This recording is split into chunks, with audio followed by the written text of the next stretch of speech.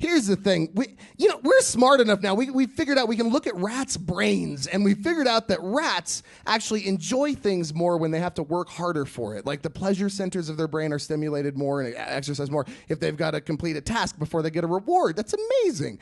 But we're the same way, so that's why the douchey club scene still exists, because we still have that genetic, need to hunt and shit. It's so you lose that in a relationship is all I'm saying. You lose that a little bit, and I used to be a salesman. I sold used cars and I did telemarketing, so I miss talking someone into getting screwed every now and then. So whenever we're in like a really innocuous fight, I'll just be like, "You fucking whore!"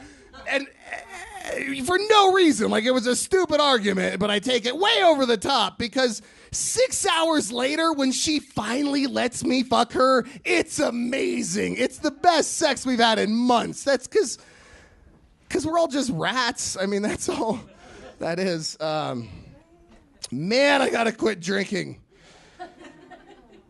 At least she didn't file a restraining order, though. She did dump me, but when did the restraining order become like the new Dear John letter? Like seriously, like that's I've never hit a woman. I have never hit a woman. I have never laid a finger on a woman. I've been to jail for hitting a woman, but I've never hit a woman. But it's a long story. But so, like, the second time I had to break up with a crazy chick, I did it from across the room. I was like as far away in my 600 square foot apartment as I could get, saying, "Please leave my domicile." And she still filed a restraining order. She had to make up shit. She didn't really make up. She had to tell the judge about an abortion joke I made a week earlier to get it. But, because she was so terrified for the next 7 days while she was fucking me. But I mean, come on, I don't blame the judge. The system's slanted, but it's slanted for a reason. There's a lot of asshole guys out there that beat the shit out of women, and you shouldn't do that. So the judge doesn't take a chance. I mean, he sees that the words cunt and pinata came out of the same guy's mouth. Like, that restraining order's going through. It's his ass. I'm the one out of the 1,000 that's going to snap and kill his ex. It's not, so, I mean, I don't blame the guy. It's just a little fucked up.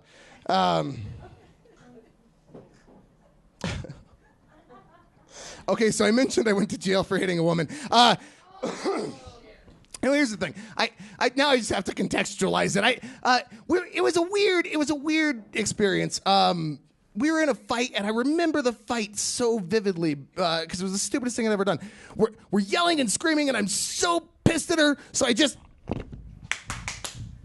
clapped in front of her face, and I stood there for a second, then I ran off. I don't know what the fuck. So, but here's the thing, I'm retarded, so I get back with the chick after getting out of jail. Went to jail for a night because I clapped because the cops showed up, and that's another long story. But, so I get out of jail, I get back with a chick, and we're having this conversation, and I'm like, what? And she's like, you hit me. I mean, I'll forgive you, but you, fly. But you hit me.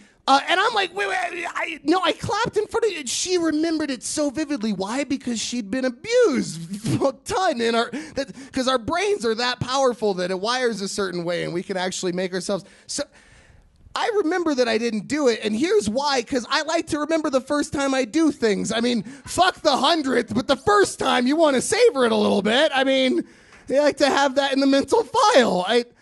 And then I ended up for the same woman. I ended up fucking going to jail again later, and I didn't hit her that time either. That story is in my book, but I swear to Christ, fucking 90 days into that sentence, because I don't have the money for a lawyer, I really wish I did. I really wish I would have been there anyway. I mean, that's all I'm saying. That's fucked up to have the punishment without at least the guilt of the crime. I mean, you know what I mean? Like, anyway, I know, right?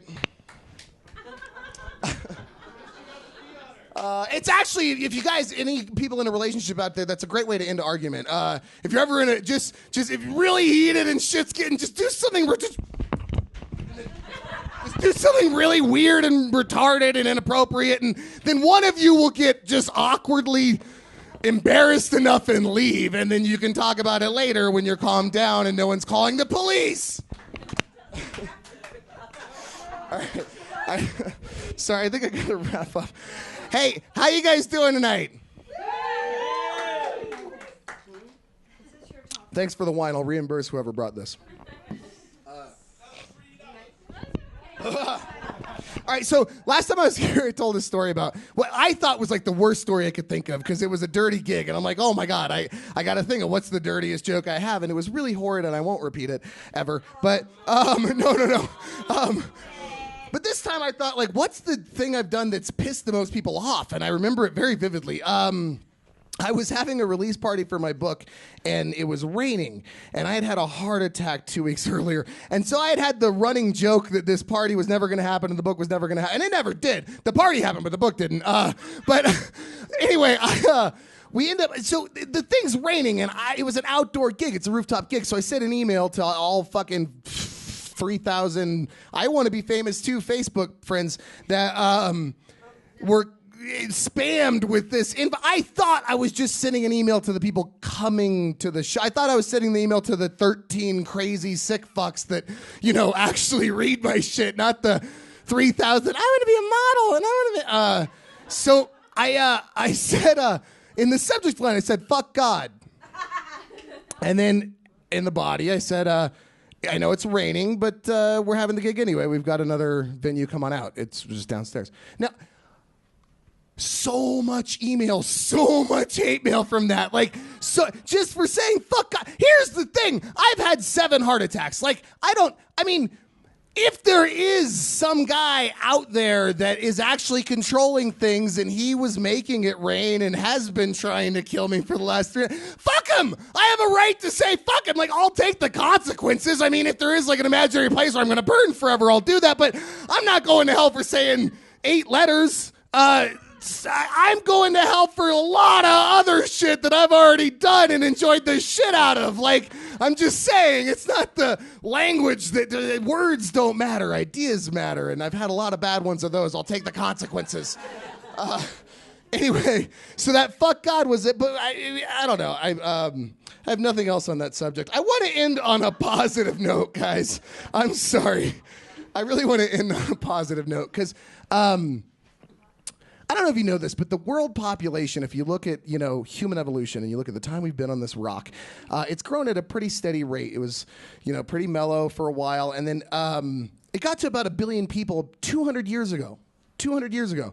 In 200 years, it went from 1 billion people to fucking spiked to 7 billion people floating around in space on this fucking rock. Like, anytime you see a population spike like that in any environment ever, you see an immediate drop. An immediate drop follows that. Now, I don't know how. We're all fucked! I don't know how we're all fucked, but we're all fucked! We're breeding the next super virus in some farm in Iowa, popping antibiotics into fucking pigs and shit. Of course they're sick! They're sitting in their own shit for fucking 24 hours. That's the natural reaction to it. Anyway, so maybe it's that. Maybe it's the next, virus that kills everybody, or maybe it's an earthquake, or maybe I don't know. There's so much. We run out of oil, and that's the only reason why we've spiked like that, because we figured out how to fucking process energy out of fossil fuels, because before that it was just, the sun and muscle power, animals are human. But then it's like, oh, look, we can do this thing, and then it's like dumping sugar on a fucking anthill. The ants are gonna die once the sugar runs out. So maybe it's that. I don't know. Maybe it's not that. I have no idea, but easily in the next 100 or so years, we're all fucked. Like, billions of people are gonna die really soon. But here's what I was saying. I'm sorry. I wanted to end on a positive note. We're getting really smart. We, as humanity, we're getting really, really smart. And honestly, if you look at, that huge mass extinction event will bring the 1% of the population that survives that shit, like whatever 10,000 people or 1 million people or 10 million people or 1 billion people have that immunity to whatever kills all of us, or that we, live in a part of the world that doesn't go to shit or whatever.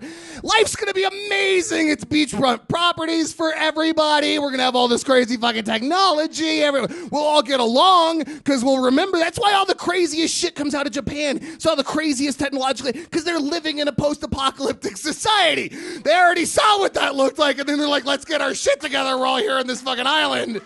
And we're about to do that on a mass scale. So that's a positive note. Thanks for coming out, guys. You fucking rock.